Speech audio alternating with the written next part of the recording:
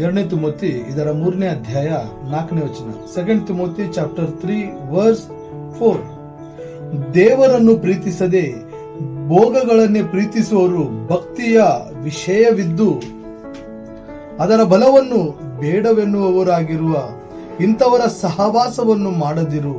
ಅಂದರೆ ದೇವರ ವಾಕ್ಯವು ನಮಗೆ ದಿನದಲ್ಲಿ ಹೇಳುತ್ತದೆ, ದೇವರನ್ನು ಪ್ರೀತಿಸದೆ ಭೋಗಗಳನ್ನು ಈ ಲೋಕದಲ್ಲಿ ನಾವು ಜೀವಿಸುವ ಪ್ರತಿಯೊಂದು ಆಶೆಗಳಲ್ಲಿ ಬಿದ್ದಿರುವಂತ ಈ ಜನರಿಗಾಗಿ ದೇವರ ವಾಕ್ಯ ಹೇಳುತ್ತದೆ, ಅವರು ದೇವರನ್ನು ಪ್ರೀತಿಸುವುದಿಲ್ಲ, ಭೋಗಗಳನ್ನು ಪ್ರೀತಿಸುತ್ತಾರೆ. ಅದಕ್ಕಾಗಿ ಪ್ರಿಯರಾದ ದೇವರ ಮಕ್ಕಳೇ, ನಾವು ಅಂತವರ ಸಹವಾಸವನ್ನು ಮಾಡಬಾರದು.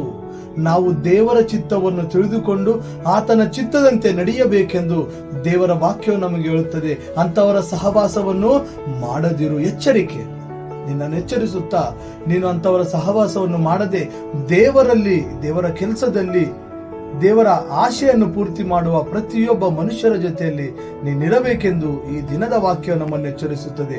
ಆ ರೀತಿಯಾಗಿರುವುದಕ್ಕೆ ದೇವರು ನಮ್ಮನ್ನು ಆಶೀರ್ವದಿಸಲಿ.